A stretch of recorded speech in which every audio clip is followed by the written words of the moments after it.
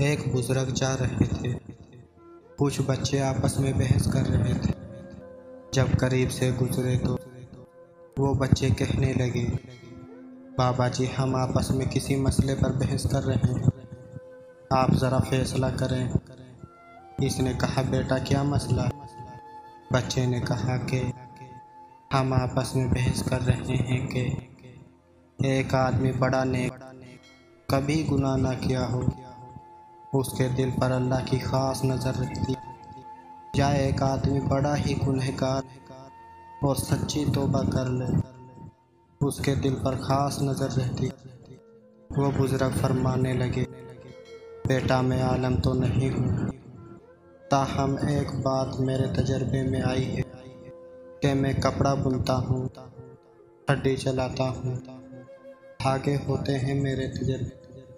बात आई कि जो धागा टूट जाता है मैं उसे गिरा लगाता हूँ, उसके बाद उस पर ख़ास नज़र रखता हूँ कि दोबारा टूट ना जाए।